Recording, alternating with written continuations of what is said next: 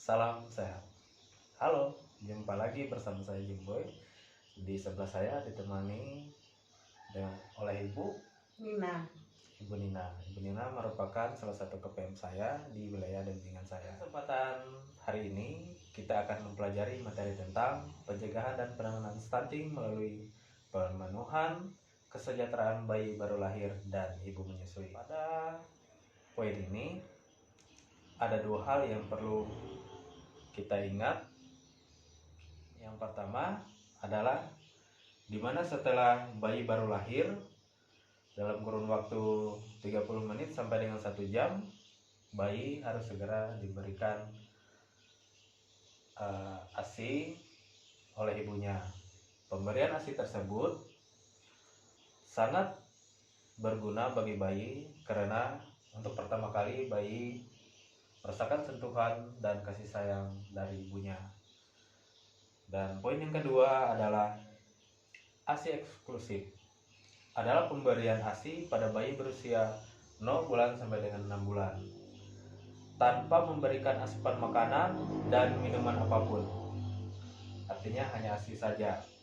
Pemberian ASI eksklusif pada bayi selain membantu perkembangan otak dan fisik bayi, juga meningkatkan ketahanan tubuh bagi sang bayi.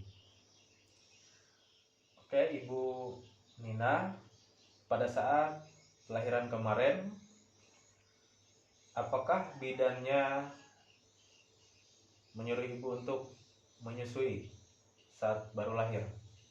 Iya Pak, sewaktu kemarin lahiran di bidan, itu setelah bayinya lahir langsung segera disuruh ibu bidannya tidak boleh diberikan apa-apa, tapi langsung harus ASI saja, distimulasi sejak awal Pak. Jadi sekarang masih menyusui ya Bu? Iya, sampai sekarang masih menyusui dan memang ibu bidannya mengatakan untuk sampai usia 6 bulan itu tidak boleh diberikan apa-apa selain daripada air susu ibu saja. Dan syukurnya sampai sekarang air susu ibunya juga lancar, jadi tidak diberikan apa-apa selain daripada itu Pak. Bagus Bu ya. Nah, jadi menurut petugas kesehatan atau yang ibu bidannya, bahwa pemberian ASI itu sangat bagus, sangat baik bagi bayi dari umur 0 bulan sampai dengan 6 bulan. Jangan memberikan asupan makanan yang lain ya Bu ya, Iya Pak. selama masa waktu tersebut.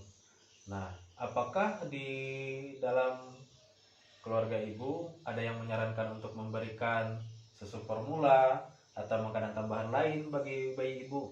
Oh, kalau itu sering Pak.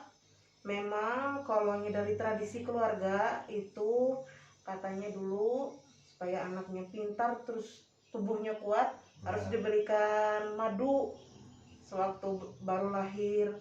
Cuman karena ibu bidannya melarang, ya saya turuti aja untuk ilmu yang sekarang. Gitu Pak. Bagus ya Bu, kalau seperti itu. Tidak bisa dipungkiri juga bahwa kebiasaan kita di dalam kebiasaan masyarakat saat ini atau kebiasaan turun-temurun memberikan berbagai macam masukan seperti asupan makanan pada bayi ataupun makanan tambahan bagi bayi. Itu sangatlah tidak perlu ya, kalau kita memahami tentang anjuran dari petugas kesehatan. Karena apa?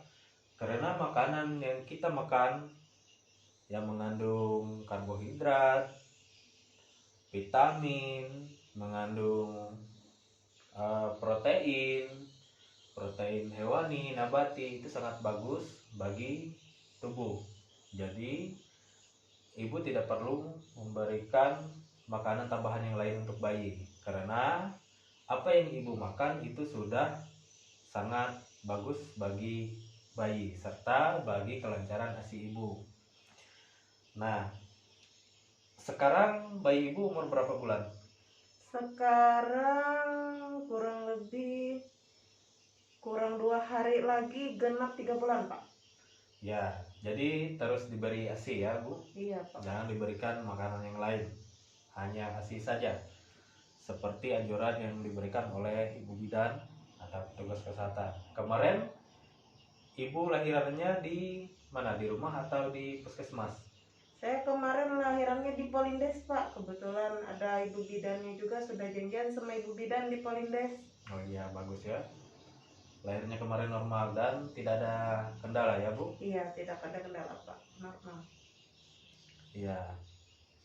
Dan di sini juga asupan makanan bagi ibu menyusui juga sangat perlu di sini supaya menunjang kelancaran ASI.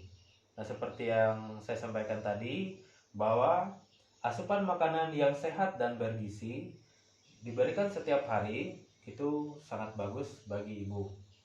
Nah, di mana diharapkan peran serta dari keluarga, orang-orang terdekat. Yang terpenting itu adalah peran serta dari suami sendiri, di mana suami ibu bertugas untuk memenuhi kebutuhan gizi asupan makanan bagi ibu agar kelancaran ASI tersebut bisa lebih bagus, lebih sehat, lebih baik bagi sang bayi ya. Nah, jadi asupan makanan untuk ibu sehari-hari bisa kita dapatkan misalnya dari sekeliling tempat tinggal kita, segala sayur-sayuran, segala ikan, itu sangat bagus untuk kelancaran ASI ibu. Nah, jadi hindari makanan yang cepat saji, misalnya makanan yang mengandung pengawet seperti mie, seperti segala sarden, itu sebaiknya kita hindari dulu karena makanan seperti itu tidak sehat bagi sang bayi.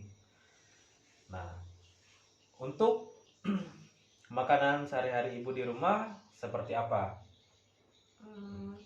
Kalau makanan sehari-hari, kalau sayur, karena ada berkebun juga Pak di belakang rumah, jadi memang banyak sayur-sayuran mudah didapat.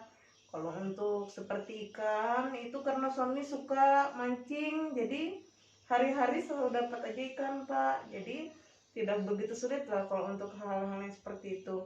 Kalau untuk mie dan sejenisnya memang karena kurang suka juga, jadi lebih suka yang sayur-sayur gitu Pak.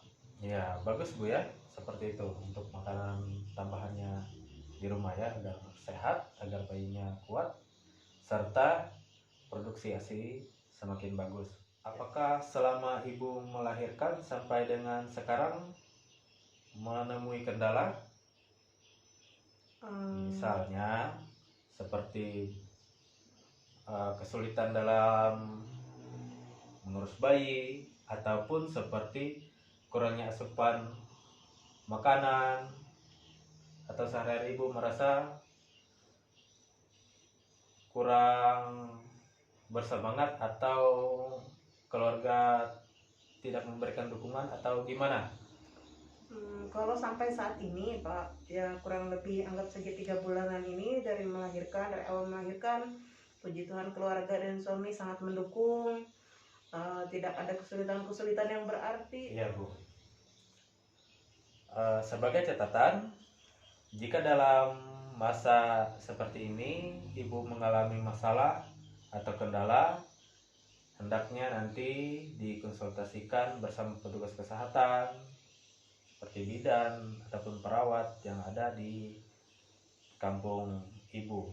Sama-sama kita mencegah stunting, kita ciptakan generasi yang hebat, yang sehat, yang pintar, yang cerdas, agar bisa membanggakan orang tua dan berguna bagi nusa dan bangsa. Terima kasih Ibu, terima kasih atas waktunya. Ya, Pak. Dan demikian ulasan singkat dari saya mengenai pencegahan dan penanganan stunting melalui pemenuhan kesejahteraan bayi baru lahir dan ibu menyusui. Terima kasih, salam sehat, sampai jumpa.